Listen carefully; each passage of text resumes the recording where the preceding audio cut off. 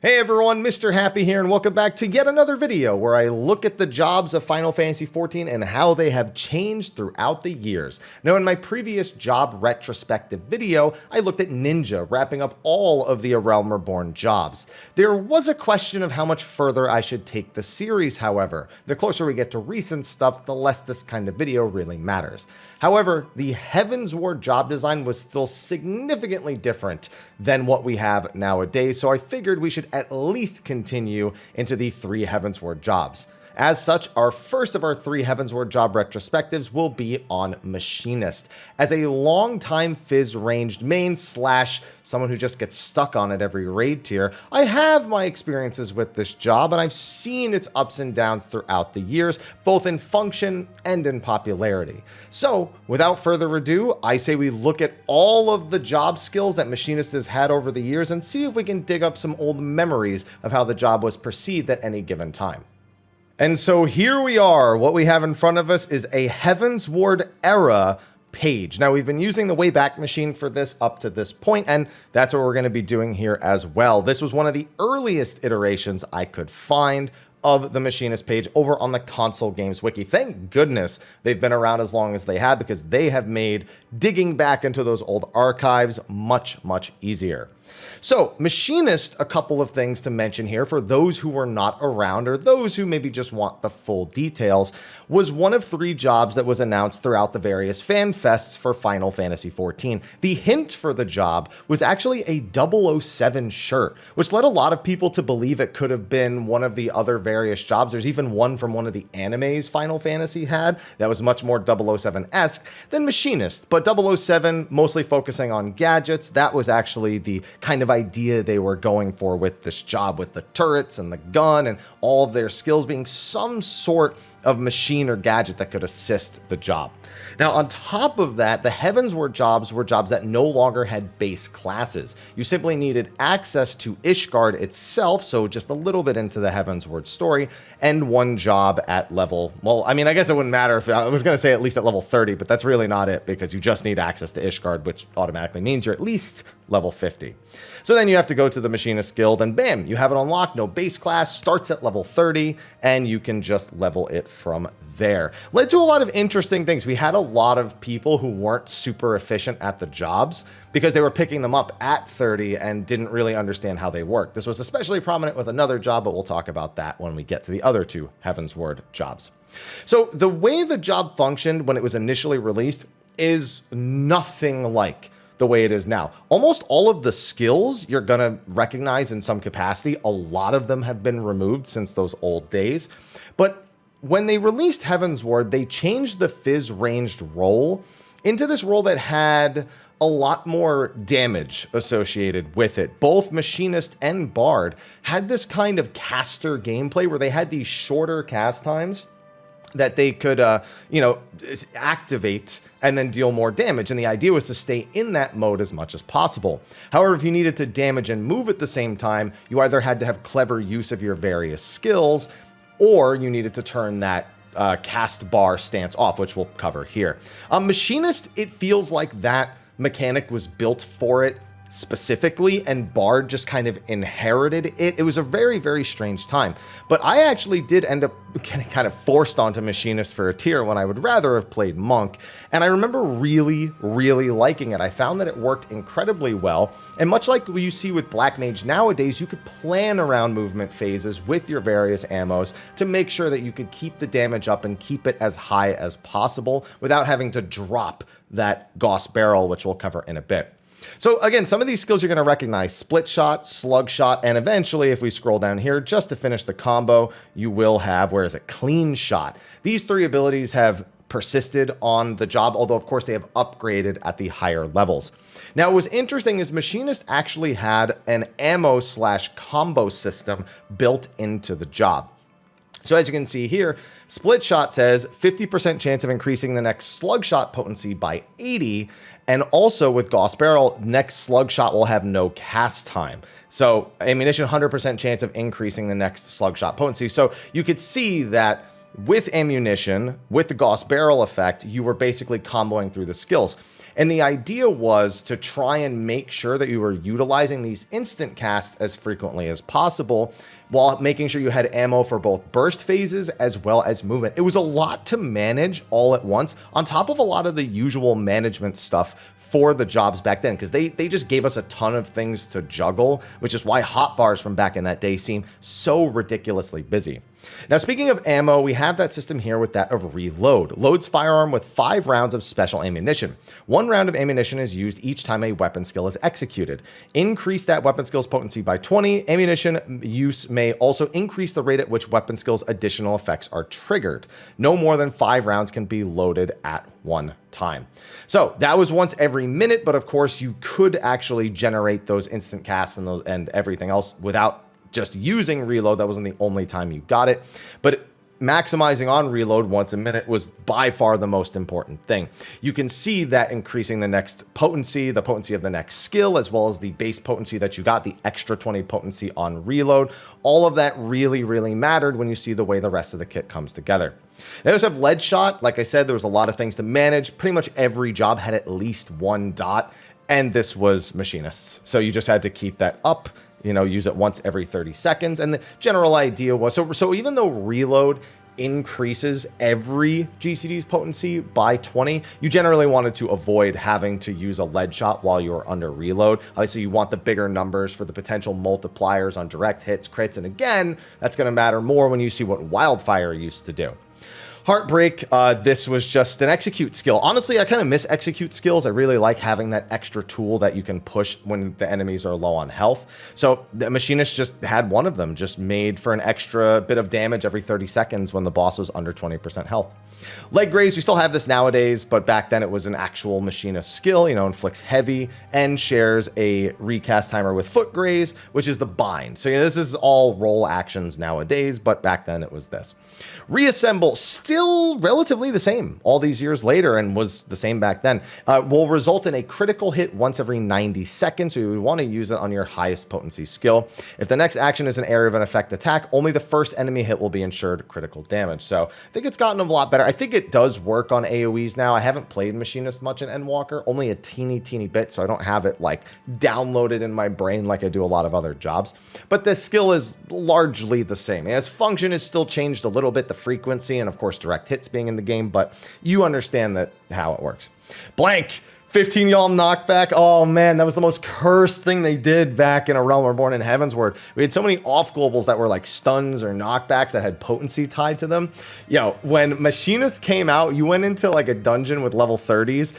Mobs were just getting thrown all over the place by blanks, because even some of the low level bosses can be affected by the knockback, you know, in the really, really low level dungeons. So that was so annoying. But on other bosses, endgame bosses, it was really just another 100 potency. It was just a basic OGCD. Spread shot, pretty much the same as it is now, you know, 100 potency in a cone before you. Foot graze, we just went over. Quick reload replenishes your ammunition by 1 and restores 50 TP. Just another skill for you to use or potentially use for movement related stuff. So just, and also having that self TP restore is very, very valuable. TP was a commodity. Yeah, it was really annoying to manage TP back in Heavensward for a lot of jobs. So obviously their TP cost took this into account, but it was nice to have it. Hot shot. This was another thing you had to manage. Just increased your physical damage dealt by 5% for 30 seconds. So along with lead shot, you need to make sure you did hot shot every 30 seconds. Yeah, I mean, again, a lot of jobs just had this. They just had some sort of built-in damage buff that was like 1 button press, or a dot that was a 1 button press, and you had to do it. You didn't have a choice. Rapid fire reduces weapon skill recast time to 1.5 seconds. However, if you're under Gauss Barrel, weapon skills will have no cast time. Effect ends upon using 3 weapon skills. Yeah, so I think this whole time I've been mixing up ammo giving you instant cast. No, I'm almost certain. I'll wait till I get to Gauss Barrel, but I guess I could look at some footage, but I could have swore ammo was also instant cast. I mean, the Gauss Barrel effect you can see here. I think that's what I think that's actually what I'm thinking of, is just, you know, you will always want it to combo between, but yeah. Okay, so it is. This is what I'm thinking. It's not the ammo that does that, but the ammo was increasing the potency, and because you were going through this without any cast times, if you did it correctly, it was very easy to just kind of chain a lot of instant attacks together with all that stuff. So rapid fire, you know, the 1.5 second thing didn't really matter much. It was really all about, you know, just trying to get 3 weapon skills in your burst windows whenever it was available. It's every 90 seconds, but I don't remember what. Oh, okay. I'll get that answer here when I scroll down a few more, because we already covered head graze was their interrupt. Same deal. Also had potency tied to it. Very, very annoying. I don't think, yeah, leg graze and foot graze didn't, but head graze, you know, being a silence, you know, now interrupts, did. Also shares a recast timer with suppressive fire. I forgot about suppressive fire. Oh, that's that. Oh, that's right. They had a stun. I had forgotten about that. Yeah, Machinist actually had a stun. That was really, really nice. It, you know, when it was actually useful. But either way, yeah, that was really good. So then we get to Wildfire. Now, I am a huge fan of old Wildfire. I do understand why it was changed, but I love it. So nowadays, Wildfire just counts the number of GCDs and then does a hit for that amount of potency. So ideally, you always hit the exact same number of GCDs, and it always does within a certain range of damage, you know, accounting for the minimum and the maximum, the variance that it can have based on potency.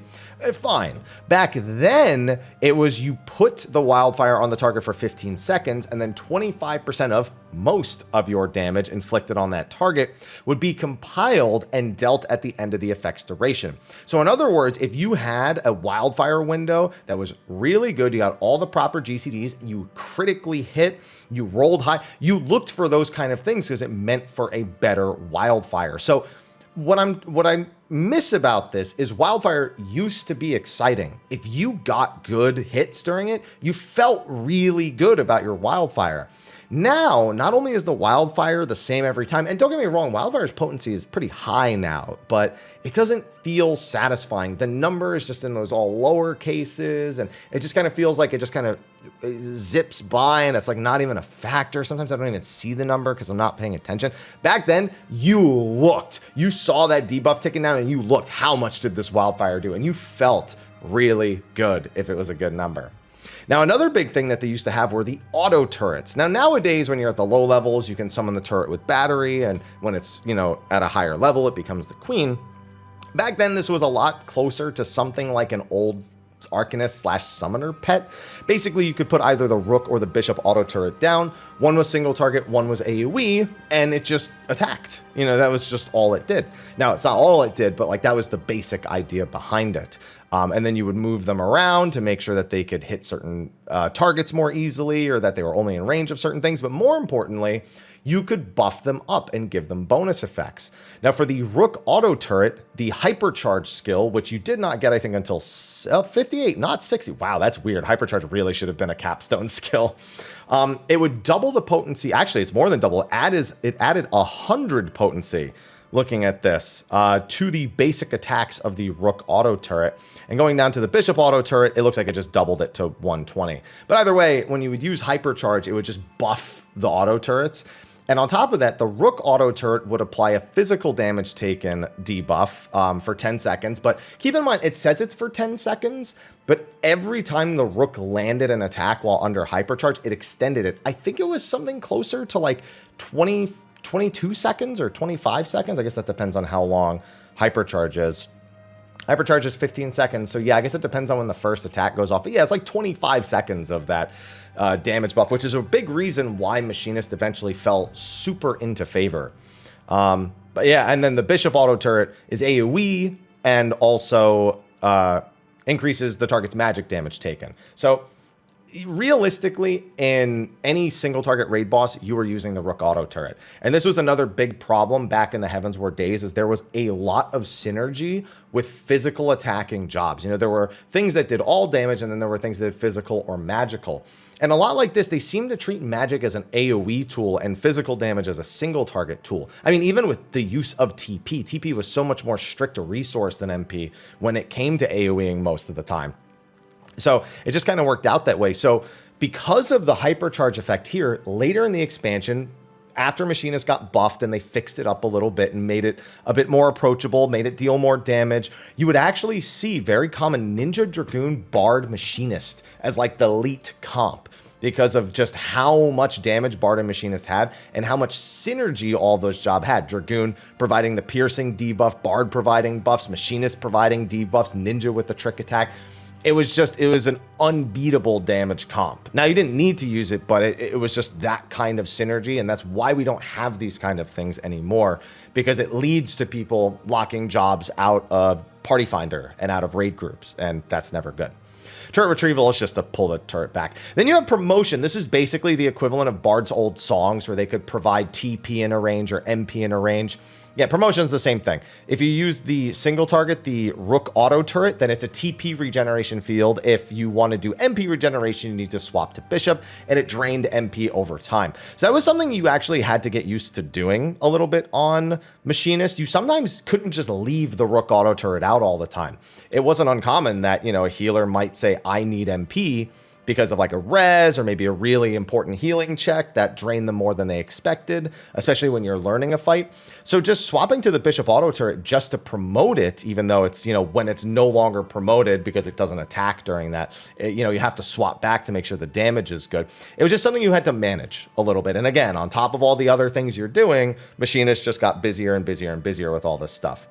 Granado shot, AoE. I miss the AoEs that were around the target for both Machinist and Bard. Granado shot and not Rain of Arrows. What was it called? Wild Volley. Wild Volley? Wide Volley. There you go. We got there. But yeah, those are things. Dismantle. We actually got this back recently, and it's a little revamped, but it's still relatively the same idea.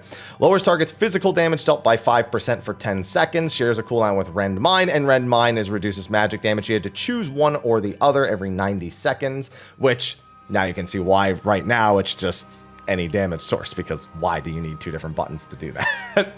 And then you have the Gauss Barrel. Now, Gauss Barrel was the big thing. You either loved or hated Machinist because of this, and I mentioned the cast times earlier. Equips your firearm with a Gauss Barrel, increasing damage dealt by 20%. While the barrel is equipped, all auto attacks will stop, and all weapon skills will require a cast time. Now, this is the on-release values of Gauss Barrel, and it was generally deemed that 20% was not worth losing auto attacks for, especially because you'd very often have to turn it off in order to move efficiently, especially when people weren't super used to the job just yet.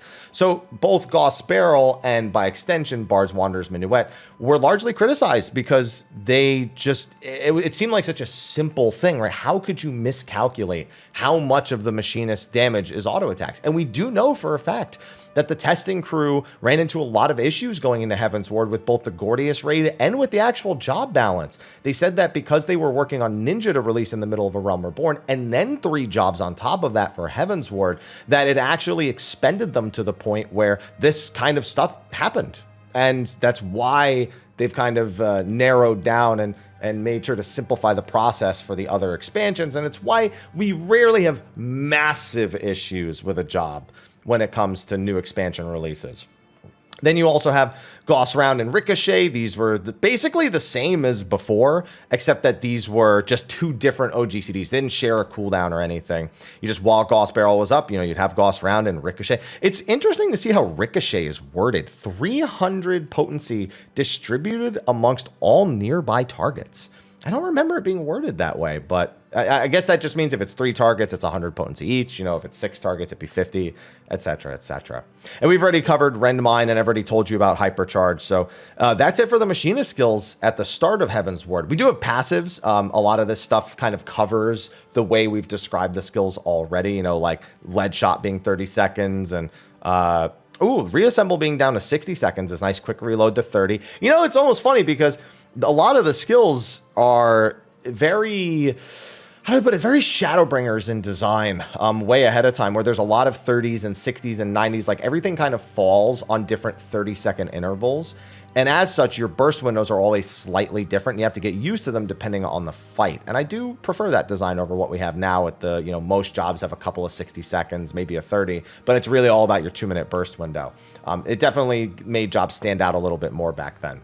You have the spread shot range. You have enhanced rapid fire, which is not 3 weapon skills at first, becomes 3 weapon skills at 44, and wildfire, which became 25% at 48. And yeah, that's all there is to it. For cross-class actions, even though they didn't have actual classes, they still gave them cross-class actions. And some of these are no-brainers. Raging Strikes, of course, Hawk's Eye being dexterity, no-brainer. Quelling Strikes need something to deal with the enmity.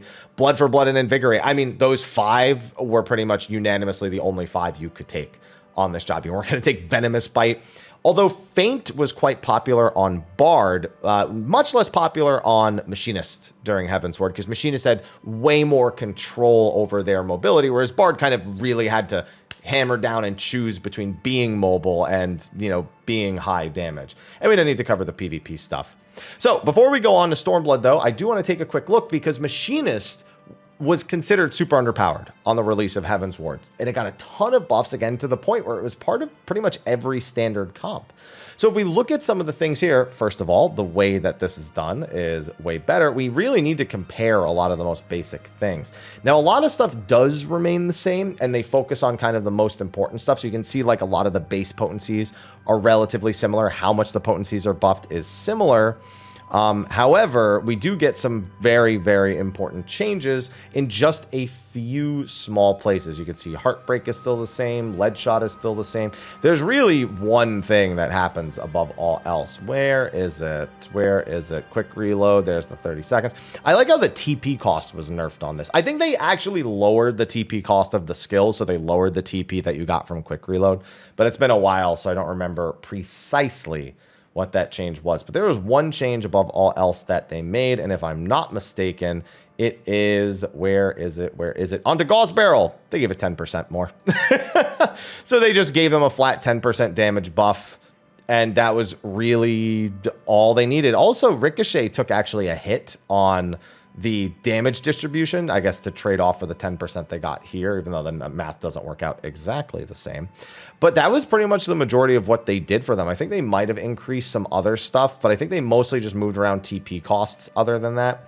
I'm trying to see if maybe promotions range was changed at all. No, nothing really major here. And it's crazy because that 10% was really all the job needed to fall into favor. I mean, by 3.2, people were rocking Machinist a lot more. It was Bard that ended up needing a lot more help. And it's just because it felt like the job was shoehorned into its design, whereas Machinist felt like the right design, just not tuned properly. And I really, really do miss this version of Machinist. Ooh, another big change. Here we go. See, I'm glad that we scroll down sometimes. Quick Reload was brought down to 15 seconds. So it increase the amount of ammo you got throughout a fight by a lot.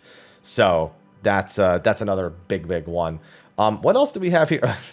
It's funny because they just took out Straight Shot and Venomous. They're like, we know. we know.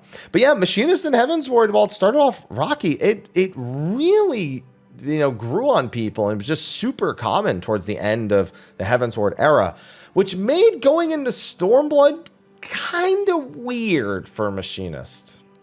Now, fortunately, because we don't have a Realm Reborn, we get to just go to the easy to look at one here with the actual official Square Enix job guides. And we should just get right to it. So a Machinist was completely reworked going into Stormblood. Some things are at least, you know, close to the same. For example, you still have ammunition effects, but the way that everything actually ends up working is a great deal different. In fact, the first place we need to start, before even looking at anything else, is Gauss Barrel. Equips your current firearm with the Gauss Barrel, increasing damage by 5%.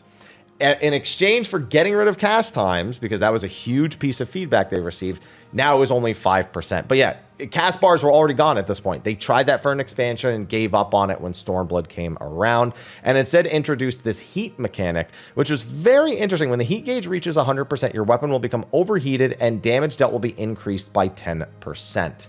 Now, if I recall correctly, there was something with being overheated, and I actually want to scroll down to that now right here. The heat gauge indicating a firearm's temperature is displayed upon execution of the action Gauss Barrel. When the gauge reaches 100, the firearm becomes overheated. When overheated, it will deal additional damage, but soon become too hot to use. At this time, Gauss Barrel is automatically removed and cannot be reattached until it cools. So basically, you were getting this big damage buff for a short period of time, and then you would lose the 5% damage buff that you got from Gauss Barrel. That really didn't vibe with a lot of people. It felt kind of bad to just get this long window and then having to constantly reattach the barrel. It was just such an annoying thing to do.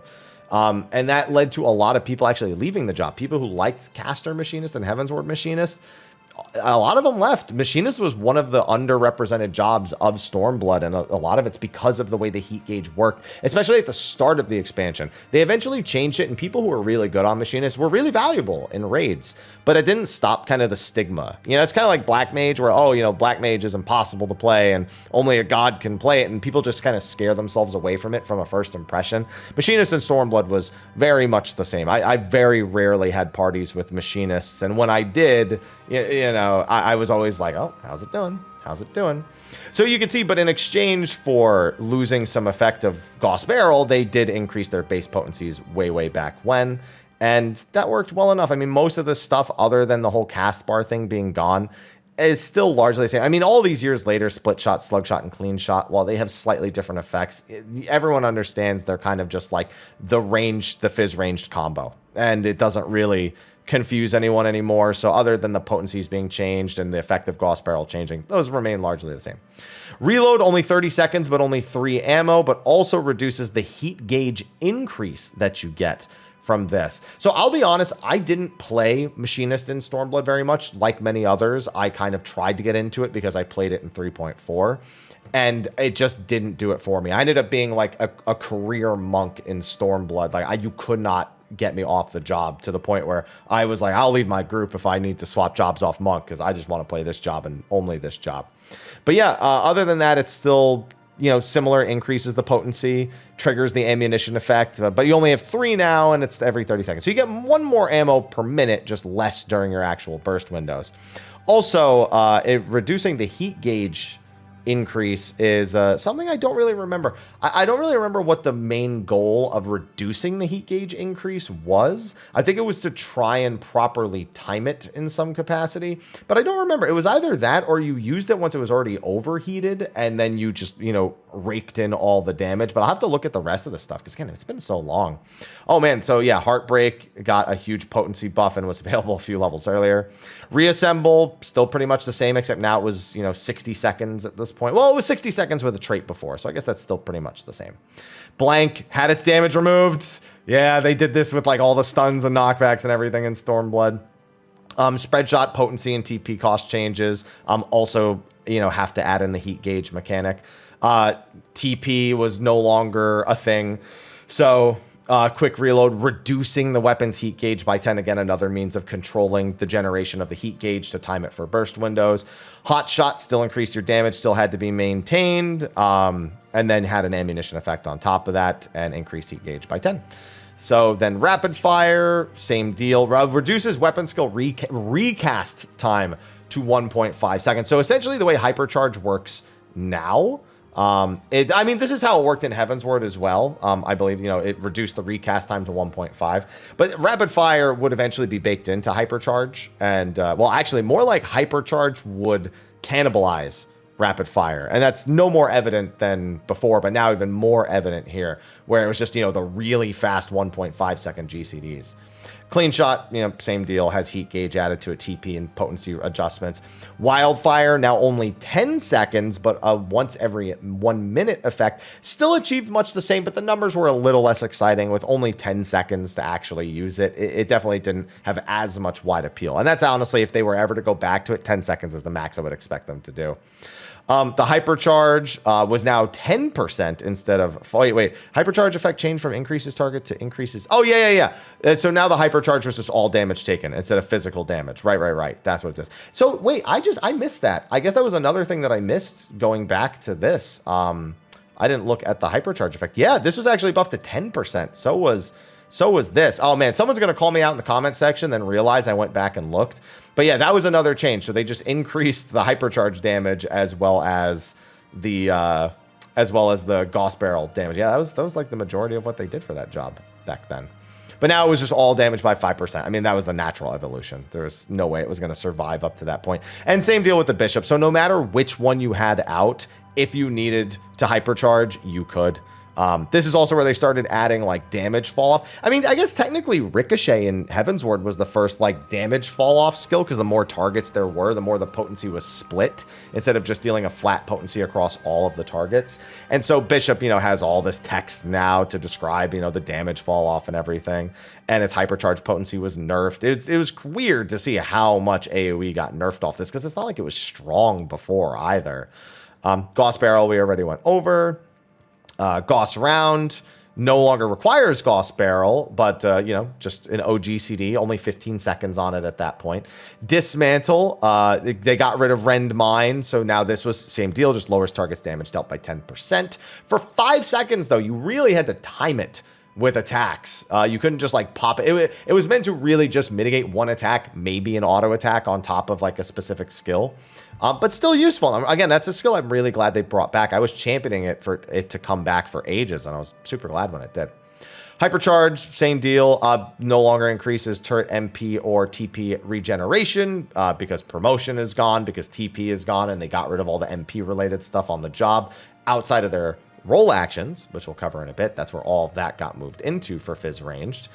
Ricochet, same deal. Deals damage to all nearby enemies with a potency of 300 on the first enemy. Yeah, see, now this damage fall off wording makes a lot more sense, and they call it completely revamped. But yeah, it was just really high damage. Like 300 potency is a lot of potency for Ricochet, and it's 100 more than Gauss. But that's because, again, they didn't share cooldowns back then.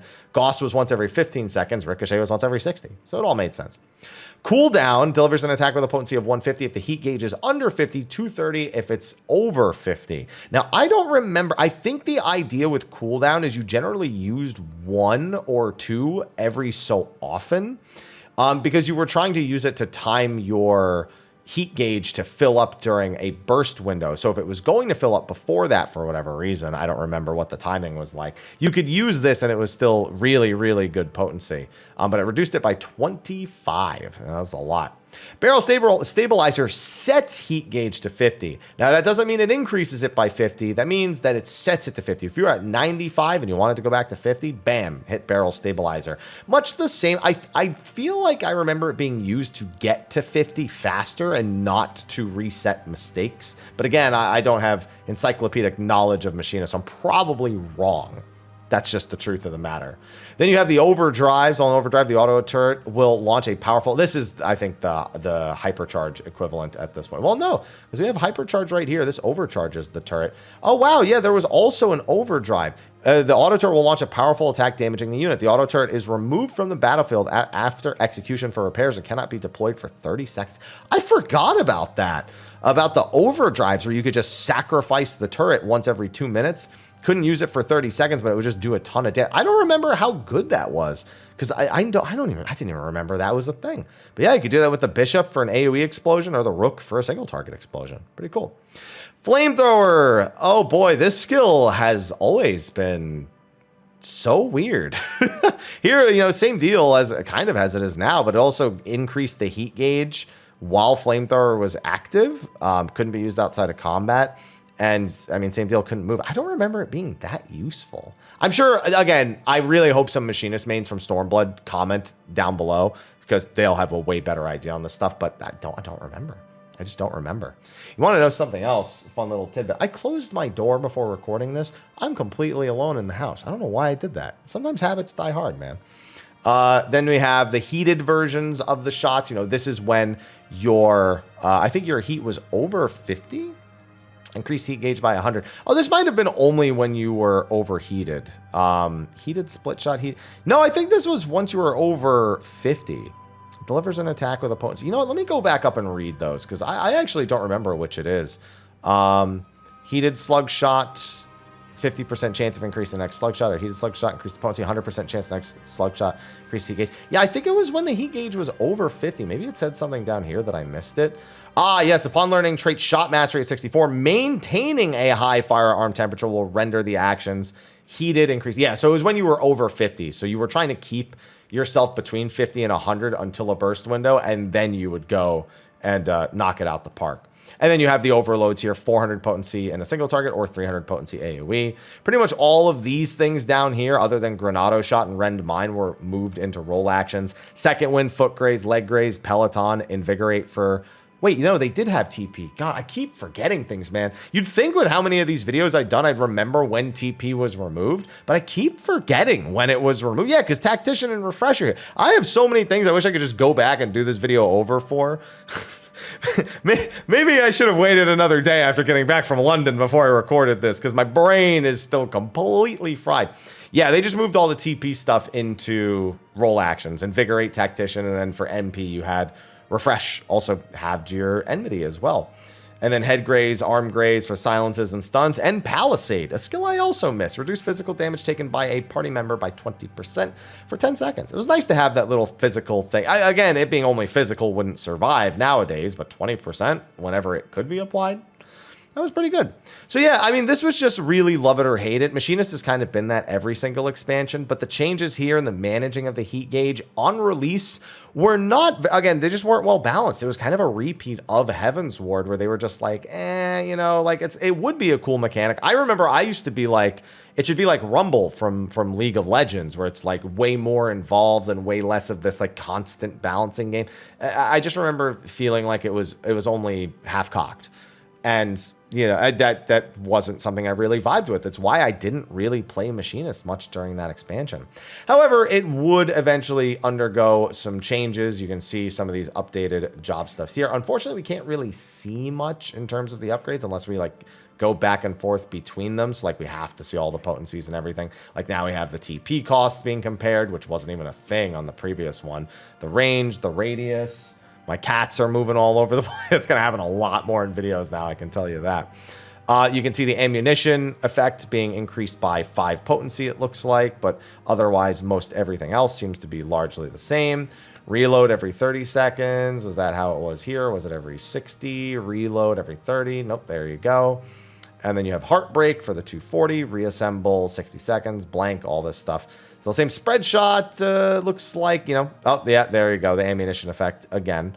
I also would have to check the potencies on the AoEs. Nope, that's still largely the same. I don't remember how Machinist was even really changed much. This is physical damage by 10% for Hotshot. I have to like go back and forth. They did increase Hotshot's physical damage increase by 5%. Okay.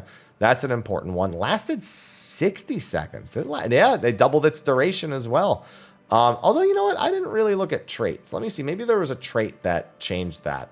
Yeah, this is the 50 or above. And wow, they had no traits. It's just dexterity, action damage, and then shot mastery. They literally had nothing. Yeah, so this was just much easier to maintain at this point. It was worth more damage at this point. Rapid fire still the same. Clean shot just had the updated ammunition effect. Wildfire still largely the same. 10 seconds. Rook auto turret still largely the same. Bishop auto turret still largely the same. Gauss still 5%. Let me see if the overheated damage was changed actually, because it's 20% there. Let me see if it was any different here. It was only 10% here. Yeah, that was why nobody liked overheating at the start of the expansion. It was the same problem as with Gauss Barrel before. It's like they just screwed up the same skill twice. I don't know. I just, man, that's so annoying. Of course, still needing to redo the Gauss Barrel after the overheat comes off. Still very annoying. This potency got buffed up by 10. Ricochet got buffed up by 20. Dismantle still largely the same. Hypercharge still the same. Barrel stabilizer the same. We need to check the damage below. Gradually increased by 20. Did they make that was 10 here, wasn't it, for flamethrower? Well, here it doesn't even say how much it increased it by, so I can't even... Square, killing me here. So can't even compare the two. Heated split shot. I think, again, this is just the ammunition change and not really much else. This was made 800? You know what? Yeah, that kind of needed to happen. Yeah, because 400 potency for losing your turret for 30 seconds, I don't think would really be worth it. And I think the idea with the overloads was to catch it at the end of a hypercharge window, like in the middle of buffs, but still at the end of a hypercharge window. So the 800 potency ends up mattering a whole lot more. Then for the role actions, I think this stuff is largely the same. The only difference that they really would have made would be updated descriptions and the ability to use all 10 of them.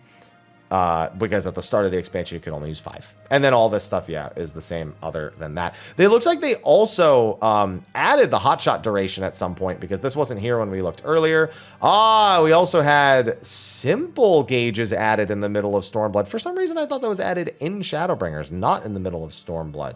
But yeah, they enhanced this, made it a lot clearer with the timers and the hotshot thing. Yeah, so just a bunch of UI upgrades as well to the job, as well as the simple one. But yeah, that's Machinist during Stormblood. Not something, again, I'm too familiar with. So I'm really curious to see if anyone in the comments section actually mained it back then and has any more comment on kind of the evolution in between these times. Because we can see straight A to B, the potency changes and making things a little bit more desirable to use. But I don't see anything that really suggests... I swear I remember heat changing. You know what? I just remembered. Oh, no, there's cooldown. I was going to say, where is cooldown? And all that was the ammo change as well. Yeah, I feel like I remember the heat management changing to some capacity and it being a lot less volatile, but also a lot less involved. But I would need first-hand accounts on Machinist. That recounting of it just doesn't ring as like entirely truthful. You know, something's missing in my head.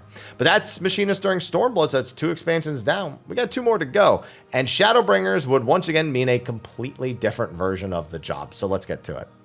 All right, Shadowbringers Machinist. I love Shadowbringers Machinist. I also would like to say that I have like 15 ping, because this was the era of Machinist, or was the start of the era of Machinist is only for low ping players. Now that's a bit of an overstatement. There were people who played with mid to high ping and made it work. There were entire rotations for it. But this iteration of the job was most popular for being difficult to play with high latency. Even though rapid fire existed before, it was just way more important to the job now. So they trimmed so many abilities and they gave it a little bit more of the Final Fantasy VI Edgar vibes with the actual tools that they had. So we no longer have the Gauss barrel itself. And then you have, yeah, the effects of this action have completely changed. Like, look, now it's just, potency of 160, increases heat gauge. And it combos into slug shot and combos into clean shot. Very simple, very easy to maintain. Don't have to worry about ammunition or how many of that you have or what your total heat gauge is at the moment, because the overheating thing was gone, because now it's just used for hypercharge. Again, completely different job. Hotshot was Hotshot still here, and we still have it now. A low-level version of something that it will become later that is a reference to Final Fantasy VI. Potency increases battery gauge, and the battery gauge, you know, you're probably familiar with Machinist now, and you know what that's for. Reassemble, critical direct hit, once every 55 seconds, you know, nothing crazy. Again, it's just all there is. Gauss round, maximum charges of 3. This is where it starts. I don't know why earlier I was saying sharing a cooldown. It doesn't share a cooldown. They just both have 3, and they both have the same potency between Gauss round and Ricochet. Gauss round now a level 15 skill. You can use it, you know, up to 3 times. It recharges every 30 seconds, and you use it a lot because of its interactions with Hypercharge. The same would be said for Ricochet, and I'm going to scroll down to Ricochet a little early, which you get at level 50. Same exact potency on a single target, but of course also AoE. Also 3 charges, does not share those charges with Gauss. I seem to have been implying that earlier for some reason. And again, it's just very, very busy OGCDs, especially during burst windows. Spread shot, 180, cone AoE, nothing fancy. Clean shot, just end of a combo now. Also increases the battery gauge, important thing to note there. And then we have Hypercharge at level 30, which now, as it says, releases the energy building in your firearm, causing it to become overheated, increasing the potency of single target weapon skills by 20.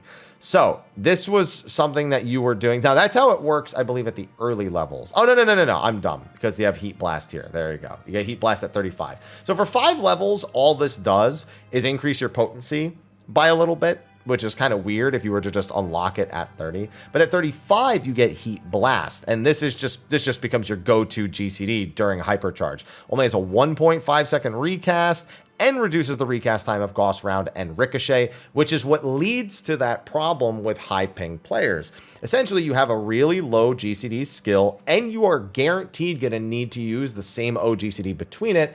And the lock on your skills in between them can just lead to clipping, which could then lead to losing heat blasts within this incredibly short 8-second hypercharge window. So as much as I found it fun, there were a lot of people who just outright abandoned the job because of all the clipping and because of all the problems they would run into because of this particular skill. But man, if you were someone who can make it work, it's honestly, I still enjoy doing it to this day. I'm not as in tune with the job now as I was in Shadowbringers, but man, I just loved Hypercharge and Heat Blast. Just made it so fun and frantic. And honestly, the job doesn't even have that many skills. Still doesn't at this point. So having that constant interaction with these skills was definitely a welcome change of pace from a lot of the other jobs in the game. Now, Rook Auto Turret, no longer this placed almost pet-like thing that you would get. Instead, you would use battery gauge when you have at least 50. This is still how it works now.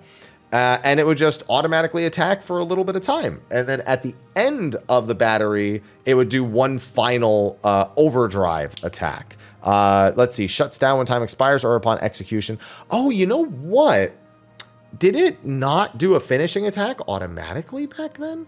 Duration, dealing damage, up to a max of 50, consumes battery, shuts down when time expires or upon X. Yeah, I think you... Did you have to? I don't remember if you had to. I mean, the wording here seems to be implying, but I actually don't remember that. Yeah, and then uses the Rook Overload and does big damage. Yeah, you might have needed to. Now that I'm thinking about it, you might have actually needed to. That's the Rook Overdrive and then the Rook Overload. Oh, yeah, I mean, the Rook Overload is what the Overdrive is commit. Such weird. Let me read it. The Rook Auto Turret shuts down after execution if it's not used manually. Okay, no, it will be triggered. It's just that the description for the Rook Auto Turret is split between 3 skills. So very confusing when just rereading it back and reading it sequentially instead of like looking at one and then the other and then the other. But yeah, the same deal. You just basically put it down and when battery gauge runs out, it does big attack and you want that to be under buffs. However, we won't even get to see the Rook because we got to look at the higher level skills first. And then here's Lame Wildfire, where it does 200 potency for each of the weapon skills you land. And this is where everyone stopped caring about Wildfire. It just hasn't felt good to use since this iteration of it, where I think here you did like, I think 6. I think it was always 6 GCDs. I think for lagged people it was probably 5, but I think it's always been 6 since they reworked it back at the beginning of Shadowbringers. You could also manually detonate it early. You know, okay, if the boss is gonna, I guess, enrage or is gonna die before it's done, or if you really need to kill something quick and it's like down to the wire. But most of the time you just let it ride. Ricochet we already went over. Auto Crossbow was the AoE equivalent of Heat Blast, and one of my biggest gripes with Machinist still to this day is its single target and AoE skills basically have no interaction between each other. So what that ends up meaning is like Auto Crossbow doesn't like reset the cooldowns of like of Gauss Barrel and Ricochet. It should at least do Ricochet. Whereas Heat Blast does those things. So like when you're comparing the potencies between the two, that has to be a factor for multi-target and whatnot. And it's always been just so lame to me. Like, I like Auto Crossbow. It's a cool looking skill, but I hate how uninteractive all of Machinist AoE skills are with its single target skills. That's something they've really gotten better at with every other job except Machinist. It just blows my mind. When you level up eventually, the skills just become heated versions of the skills. So, you know, it's just a regular skill upgrade now. It's not like when you're over a certain amount of heat or anything like that. So all the heated combo attacks are just that. Tactician reduces damage taken by self and nearby party members by 10%. I mean, that's still a staple, you know, since Shadowbringers for the job. Once every 3 minutes here. I think is that still every 3 minutes now? I got to double check. I don't even remember, and I play Fizz Range as a main. I just play the jobs, and that's that's it for me. Drill. This is where they started getting into Edgar. Drill, classic Final Fantasy VI tool. Tons of damage. And then shares a recast with Bioblaster, which is an AoE and very underwhelming AoE skill to boot. So drill, fun. Bioblaster, not fun. Barrel Stabilizer increases heat by 50, no longer setting it to 50, increasing it by 50. So used to quickly get into another hypercharge window. You'll use it during every buff window, so you can do back-to-back hypercharges with the amount of gauge that you are going to have. Flamethrower, also been kind of weird since Shadowbringers. Doesn't increase heat. Again, doesn't have any interactions with battery or heat or really anything at all. It just deals 100 potency every second. Honestly, the most thing, like you use it on like really big AoE packs, but you also use it when there's like downtime with a boss. So like, let's say you're waiting for a boss to reappear and become targetable. You just flamethrower in its direction and hope to get a tick of flamethrower before you manage to target the enemy and use a GCD. You don't deliberately wait, you just kind of hope to get that tick there. And that was really the use I remember for it best. Bioblaster, AoE damage plus an AoE dot. I mean, it's fine if you have enough targets for the dot and they'll survive long enough, but not a very fun skill. Air Anchor, Hot Shot becomes Air Anchor, and then this also increases battery gauge, but another 700 potency skill. And then the Queen is the Rook auto turret, but it lasts longer, it deals more damage, and it has a way cooler animation. Scares the heck out of people when they see somebody standing in the AoE, only to realize it's the Queen, and the Queen can't die to that stuff. But Queen is another thing. I've loved the Queen. You know, even though you don't really have too much control over it, I love the animation. I love the punching.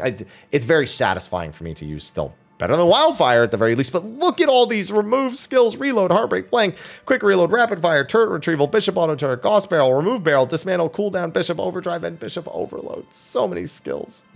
Then for the roll actions, a lot of this stuff is just trimmed down from Stormblood. You know, arm's length added in there, important to have that knockback reduction here and the slow on hit. It's very nice to have.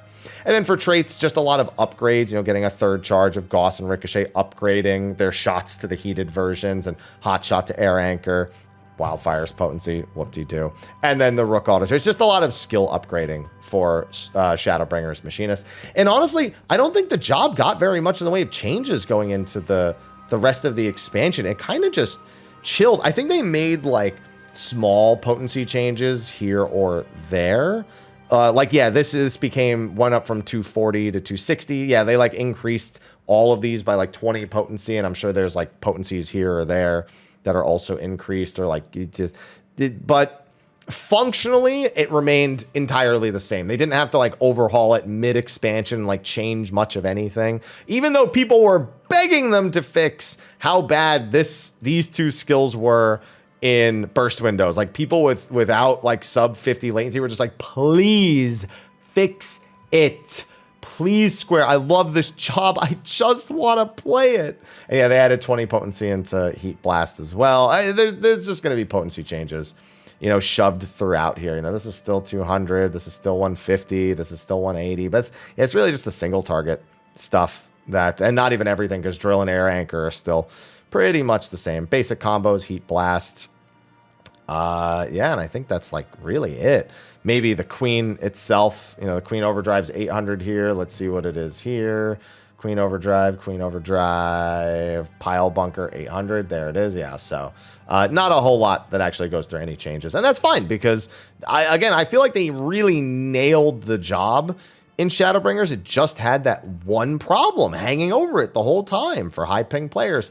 And honestly, Endwalker Machinist is it's not exactly the same. Like, it's had some changes, especially recently, like Machinist. Whew, the recent changes, big fan. So let's just quickly look at the Endwalker one, as if you don't know how it works now. Maybe you don't. Maybe you've watched this and you have no idea how current Machinist works. So let's take a peek at that. Now, I know I said current Machinist, but I do want to kind of look at the start of the expansion so we can get an idea. And we can already see some major potency hits. We know they did a lot of reworking to the formulas for Final Fantasy XIV, and thus a lot of potency changes did happen. And you can't take these as just flat nerfs. That's always a big mistake people make from expansion to expansion when potency changes are made. A lot of the times other work is done that makes these potency changes either not relevant or not just a flat statement of how much damage the job will do, especially when compared to every other job in the game. Reassemble having 2 charges, that was, you know, the big thing that they got for that. You know, and then more potency changes. Like, all their potencies are just a little bit lower. Like, there's really nothing else to say here. Hypercharge and Heat Blast still pretty much identical. Like, you can even see the revisions. Like, they're all potency. Like, I don't think there's a single change here functionally that isn't just potency related. Ricochet, auto crossbow, heated split shot, literally potency. Like this, tactician only being 9. Yeah, I was gonna say, it's just no way it's 3 minutes now. I knew it wasn't 3 minutes, but like my brain was like tricked. I was like, is it 3 minutes now? It's no way it's 3 minutes. I know exactly when I used that on Omega Protocol, and it would be impossible if it was 3 minutes. Yeah, so this being down from, and honestly, at the end of Shadowbringers, it was only 2 minutes. So this was, you know, bringing it down even further. If I feel like I remember Shadowbringers, like Tactician and Samba and everything. I swear I remember them having different cooldowns at some point, but I think I know that Troubadour being like level 62, I think it is, was always super annoying because like you'd sink down to 60 for some things. You just wouldn't have Troubadour. But Tactician here, you know, just 90 seconds, 10% damage reduction, all the same. And then look, more potency, potency, potency. Combo potency change, potency change. Combo potency change, potency change. That's the potency for the damage over time effect on Bioblaster. Okay, there you go. Potency, yeah, it's literally, that's all it is. Scattergun is an upgrade to Spread Shot. Crown Collider is a second finisher for the bot after Pile Bunker. And Chainsaw, actually an AoE skill. I was glad to see it, but unfortunately the Queen, all of your battery related stuff, and even your heat, it just doesn't interact with AoE at all. Wildfire should at least do AoE fall off damage. Like, come on, Square, you gotta nail this in the next expansion because it's frustrating that it is the way that it is, and it's just, I can't stand it. But that's it. They just added this stuff, an upgrade, a second finisher you just don't even bother thinking about most of the time, and another tool that you have to maintain, this time with a 60-second cooldown. Drill is 20, Air Anchor is 40, Chainsaw 60. They all have the same single target potency, and Chainsaw is just something you need to optimize on if there's AoE, which is nice, but still, whatever. It's not like I thought the job needed changes. This makes it so you can actually get a bot in your opener, which is very nice.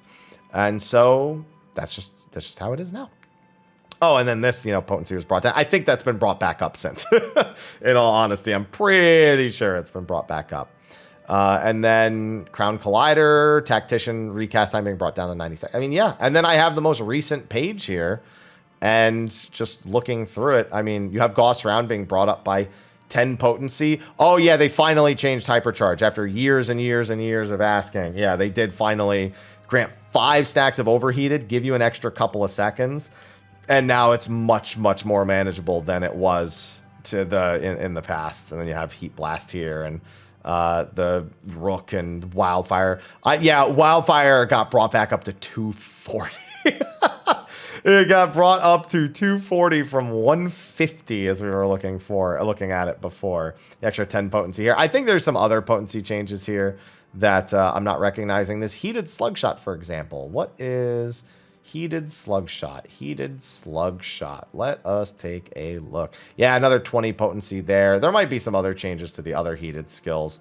The Split Shot still 200. Split Shot's still 200. Never mind. And then Clean Shot also got a tiny potency buff as well. Yeah, that's fair. And they brought Dismantle back. I was so glad when they did this. Once every 2 minutes, lowers target's damage dealt by 10%. Ended up being uber useful on the Omega Protocol, the patch that this change was made. So, and also useful on a lot of other bosses. So this was great. I was really glad to see them finally bring this back. I was like, they just need to bring Dismantle back. Come on. And then they did it. It was great. Bioblaster, Air Anchor. They did bring the potency of Drill, Air Anchor, and Chainsaw up by another 50. So that was really nice. Bioblaster, no one really cares. The Queen. I do want to see real quick. Pile Bunker goes up to 680. I feel like they changed that because Pile Bunker, I feel like, went up to only 650 here. Yeah, so that was the maximum was 650. They also fixed the wording, so it was kind of easier to understand, where it was like in the other one, it's like it's a maximum of this and it changes depending on your gauge. Here it now explains that it starts at 340 if you only have 50 battery and it goes up to 680 with 100 battery. What's always been nice about battery is that the way it's scaled, it makes it a much more, I guess, easy to use tool. You still want to optimize on it. You still want these big hits happening during, you know, raid buffs and stuff like that. But it's always been a very linear scaling skill. And I think that's actually a really good thing that it's had going for it. I don't know if Arm Punch was also buffed up. Oh my goodness. Yeah. Oh, that's right. But the big change, actually something I totally forgot. The duration of the bot used to depend on the battery. And then they also made it so some potencies changed depending on that, specifically the Pile Bunker. But now they were all, it's just flat 12 seconds regardless of battery gauge, but you deal more damage with higher battery gauge. Yeah, so it starts at 120 and goes up to 240. for the 12 seconds that you have for the battery gauge. So yeah, it just fits into burst windows way neater. You know, roller dash, pile bunker here, crowned collider, of course. All those also saw potency buffs, and then chainsaw also with the potency buff. So yeah, the Machinist finally fixed up at least a little bit, got a little bit of some potency on a few things as well. And yeah, it's in a much better spot now in the most recent patches. Machinist is looking really, really good. And I'm hoping that that continues to be the case. We've got another raid tier around the corner. And, you know, it'd be nice if Machinist was, you know, not a joke. I'm not saying it was a joke for the other tiers. It was okay, but it was always kind of like the stepchild of the other two Fizz range in terms of priority. And I've always thought it was really good for Party Finder when you need to be responsible for only you. And you don't need to worry about whether other people are optimizing on raid buffs for stuff like Dancer or Bard. I've done it. I've just gone on Machinist and been the highest DPS in a lot of Party Finders. And so it's really nice for that. But when you're with like a really organized group, like when I play with high-end people, I never really feel that good about playing Machinist. But even in top, it was a job that was super popular among the people who were clearing it the earliest because it just had a lot of really balanced damage. Wildfire's lack of a damage range, huge asset when it came to the Omega Protocol. Guaranteed direct crits on things like Reassemble, really, really useful. And then just on top of that, just really consistent damage because it didn't have to worry about procs at all. So a lot of really good pros for Machinist and definitely a job worth looking at right now. However, I've already made so many mistakes during this video that I think it's about time I stop talking and wrap this up. So what I want to say is, thank you for watching. Be sure to like, favorite, subscribe, and share. We have at least 2 more of these videos on the way. So keep an eye out for the patch, for the other patch videos, as well as the other 2 job videos that we're going to do. Anyway, thanks for watching. I will see all of you in the next video. And until then, take care.